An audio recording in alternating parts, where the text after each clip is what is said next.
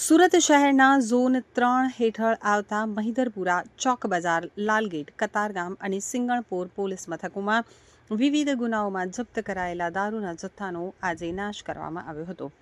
Police દ્વારા કુલ 95 case હેઠળ જપ્ત કરાયેલી 11,218 દારૂની બોટલોનો નાશ કરવામાં આવ્યો હતો.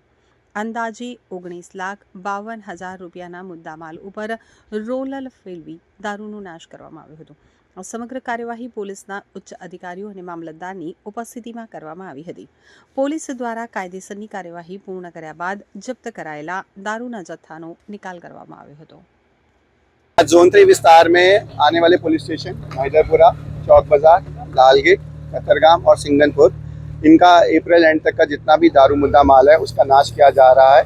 इसमें टोटल 95 केसेस, लगभग 11,218 बॉटल्स, जिनकी कुल कीमत 19,52,128 रुपये जितनी है.